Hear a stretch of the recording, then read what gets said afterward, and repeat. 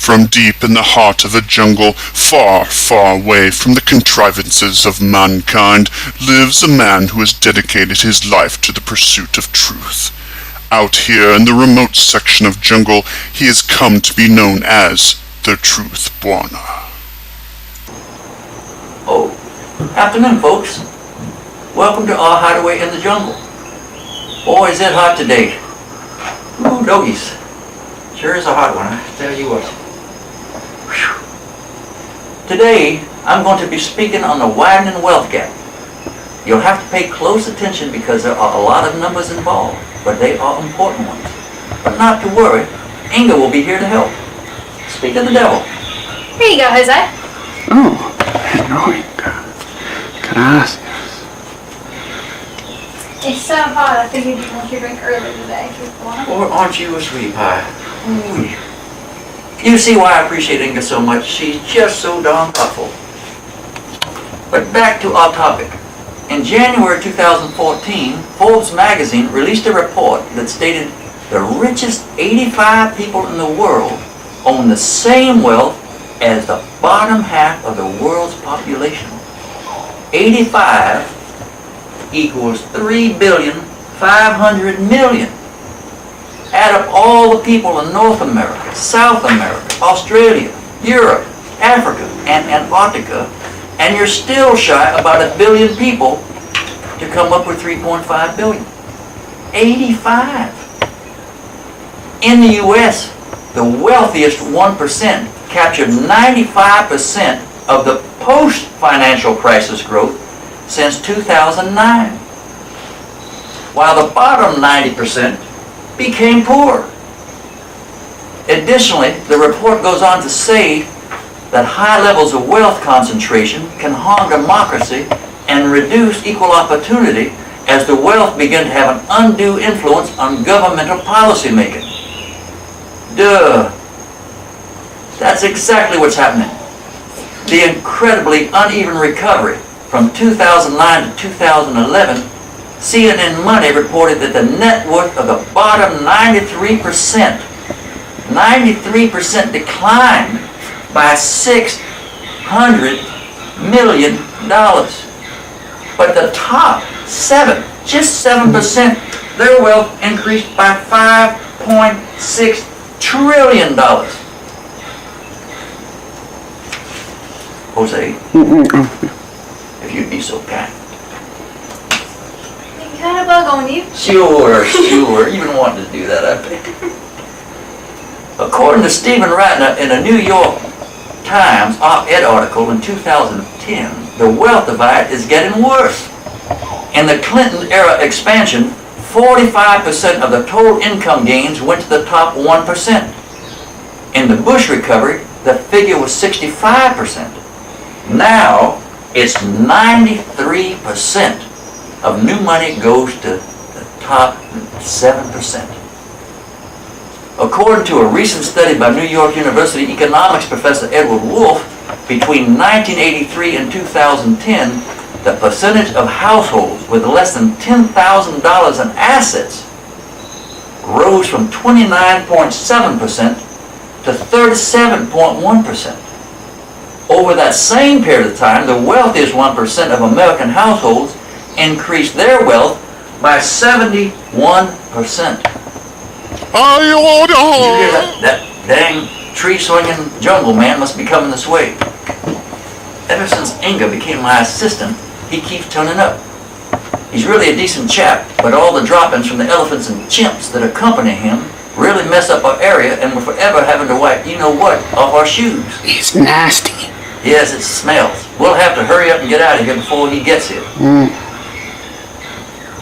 A number of studies have shown that the strength of a democracy is directly related to the size of the middle class. For example, in 1995, Harvard University studied the determinants of democracy. A panel studied 100 countries from 1960 to 1995 and found that, among other things, that democracy has little relation to the country's size, but rises with the size of the middle class. A 2005 study sponsored by Old Dominion University found that where middle class is numerous and strong, there are more possibilities for a stable democracy. And where the middle class is weak, there are few possibilities to be democratic.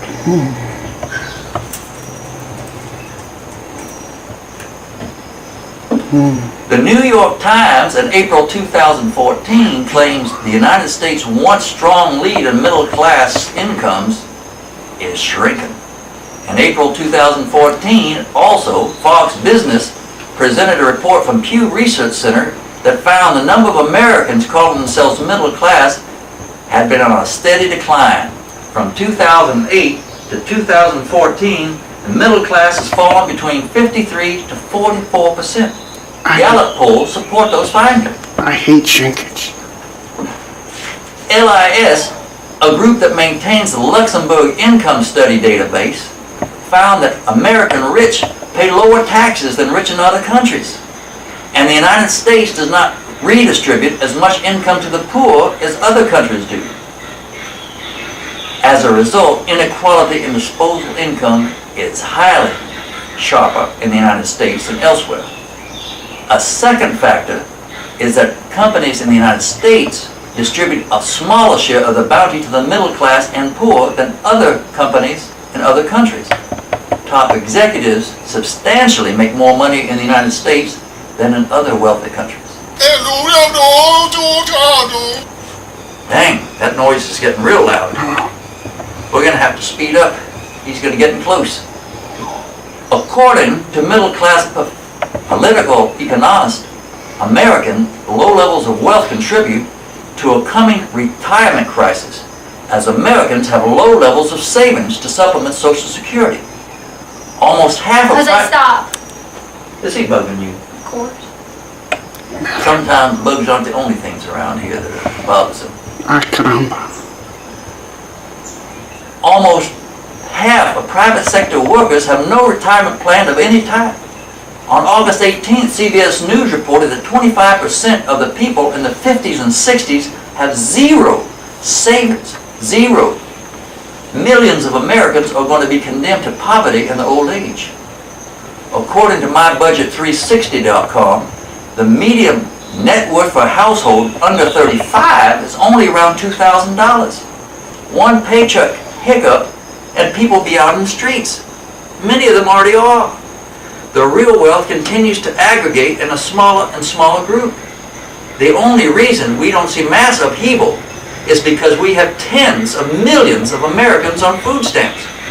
CBS News reported on 8/18/24 that 1 in 7 Americans are receiving food assistance. The masses are getting poor. The middle class, which is the very foundation for a strong democracy, is rapidly shrinking.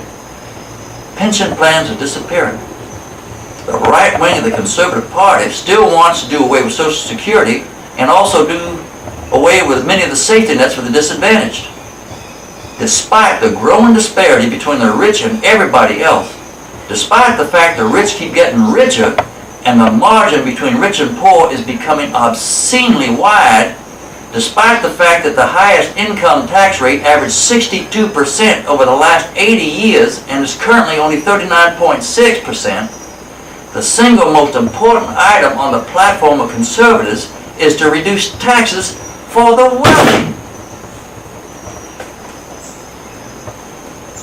To support the late, to quote the late Supreme Court Justice Louis Brandeis, we may have democracy, or we may have wealth concentrated in the hands of a few, but we cannot have both. This is just one more area where we the people, that's you and me and everyone watching this, has to come in and step in to bring about change. Wicked down! You hear me getting closer? Yes, sir. We're going to have to hurry. Unfortunately, our time has run out, and we have to go before the dang jungle animals get here. Let's hurry, gang. Let's go. See you again next time, folks. See you next time. Come on, Jose.